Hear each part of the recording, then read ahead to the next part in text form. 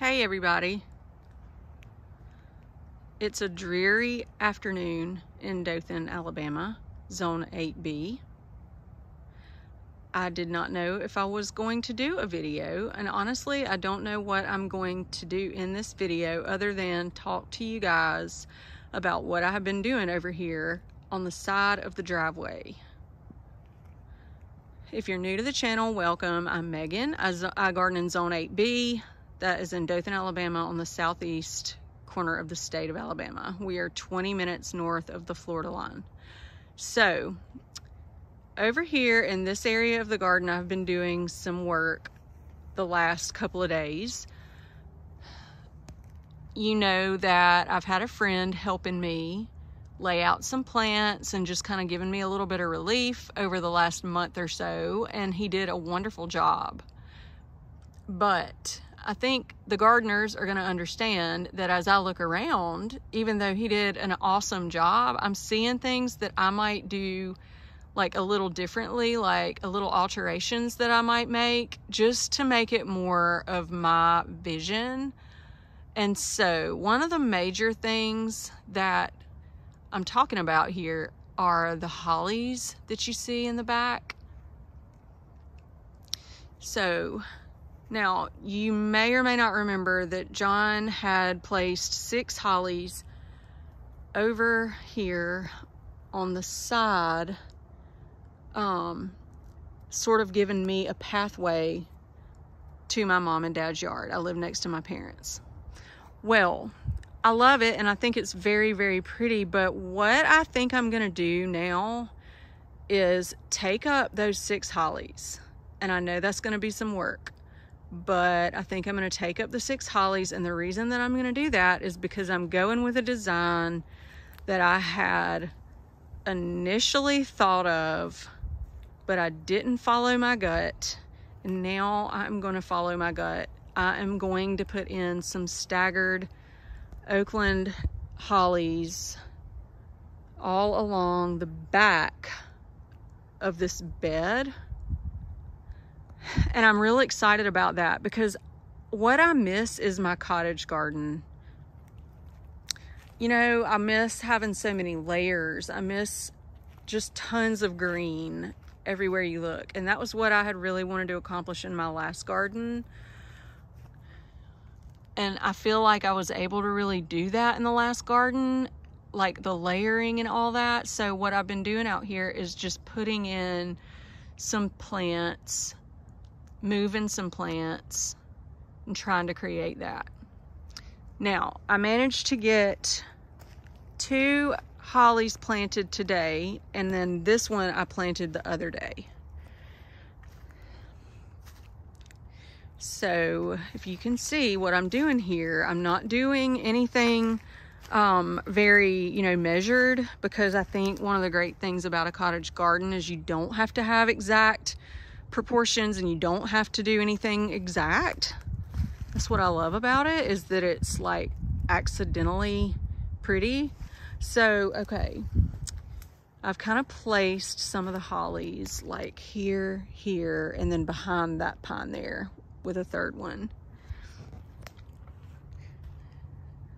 Put in that Japanese yew right there, which when it gets big, I think the texture of that is going to be gorgeous with the holly.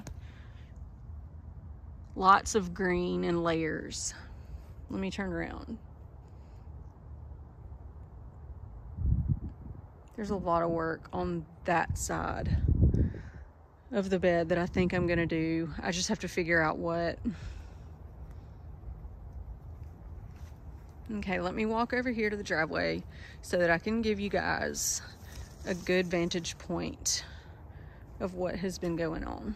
Okay. Now, I moved this big boxwood from the other side of the yard over here because this planter here needed something weighty to balance it out. We already had these Cryptomeria Japonica globosas in a line in front of the planter, and I took one up and I planted it back here. Now these, there's 3 of them that do not look good, and that's because I got them at a $5 in the discount section at a local nursery for $5 each. And just for a reference, this one right here I got from a different nursery in really good condition, and it was like 40 bucks. And it's actually put on a lot of new growth since I bought it. That's been like a year ago. But the Cryptomeria Japonica is a slow grower. Okay, so do y'all see the layers I'm trying to create here with the gray owl juniper in the front? That'll get about 2 feet tall and probably about 6 feet wide. Maybe it'll get taller than that, 3 feet possibly. Now the Cryptomeria will get 4 feet tall and wide. They actually get pretty big, but it takes some years. And then behind that, the boxwood. And then I have a pineapple guava right here that I'm toying with putting right there. And that will get pretty big. And then that Japanese yew will get pretty big too. I might keep it at 6 feet in a ball. And then the hollies, they'll probably get about 12 feet tall, and I might let them stay about 5 to 6 feet in diameter. So that's what I've been working on. Let's see, what else can I show y'all? Yeah, so I just decided, you know what? Like, I miss my boxwoods. I miss my Miss Lemon Abelia. I miss all my layers. And in the front here, we have some shishi camellias. And there's 9 of them. And so if you're not familiar with the shishi, they're awesome. They're an evergreen with a glossy leaf and a pink bloom. I think you can get them with a red bloom also, but they're a dwarf camellia. So they stay like 4 to 5 feet tall and wide at maturity. So I may end up moving some of these though, because you know, it's just taking up a whole lot of space, and I like the idea of having heavy shishi camellias in this bed, but because I want a cottage bed, it just may not be working for me, to be honest. I'll keep some of them. Like, okay, there's a grouping right here of 4. 1, 2, 3, 4. So what I could do is remove that one and keep that group of 3. Maybe remove that one as well, that one, and then what I'd be left with is another grouping of 3, 1, 2, and 3 on the other side. And that would free me up to put in some more different plants. So the red bud really did add like some charm to this bed, and without it, I realized just how boring and how just bare it looked. I put in a Japanese maple, a blood good, right here in the middle.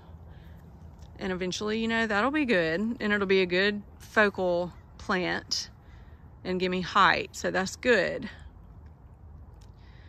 But I'm just playing around, and the way it worked out was I just started working on this area over here first, and I just don't have any real plan. I mean, the way I do it is I put stuff in, I see how I like it. I can look at it and tell immediately if I like it or not.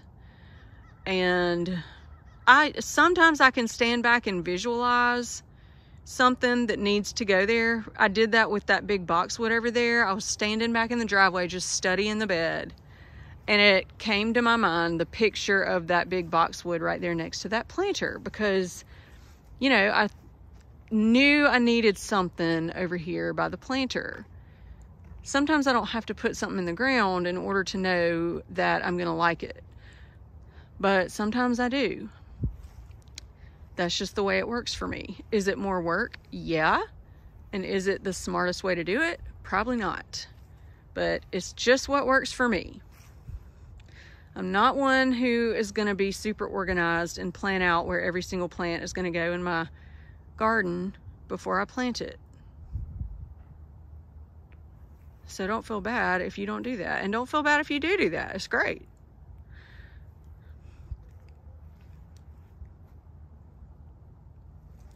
Okay, so in these 3 buckets over here, kind of in like a semicircle around the cherry laurel tree, those are 3 QuickFire hydrangeas. I thought they were Pinky Winky. I honestly don't really know. I'm just gonna see what happens when they bloom in the spring. Either they're QuickFire or they're Pinky Winky. And I thought that would be good to go and like hug that tree, sorta.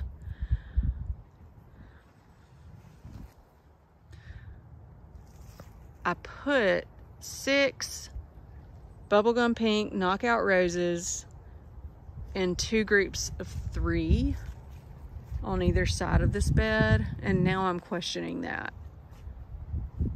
I'm wondering if I could move them somewhere else in the bed where they're not just in the middle. Like there's one group of 3, 1, 2, 3, 1, 2, 3. I mean, I'm just thinking, I would really like to see more boxwoods. I'd like to see more Miss Lemon-obelia. I'd like to even maybe consider taking the grasses out of a line and maybe staggering the grasses. I know how showy the line would be. I do. But something about the line is just not really jiving with me. So I'm just gonna have to see about that.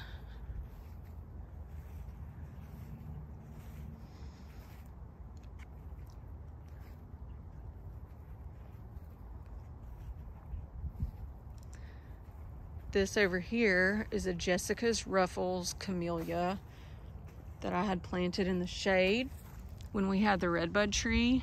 It was getting too much shade, and so we took it up and it actually started growing new leaves, new leaf buds, like while it was outside of the ground. It got happy all of a sudden. Also, the stem got broken and it still grew new leaves. So I don't know how that happened, but it must have been super unhappy where I put it. The Jessica's Ruffles will be about 10 feet tall, 8 to 10 feet tall, and I think about 6 feet wide. So it's a really good tree for a tight space. It's a good plant for a tight space.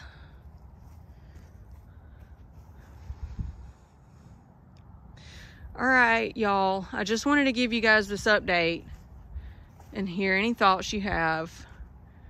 But I just wanted to let y'all know I'm cottaging it up again.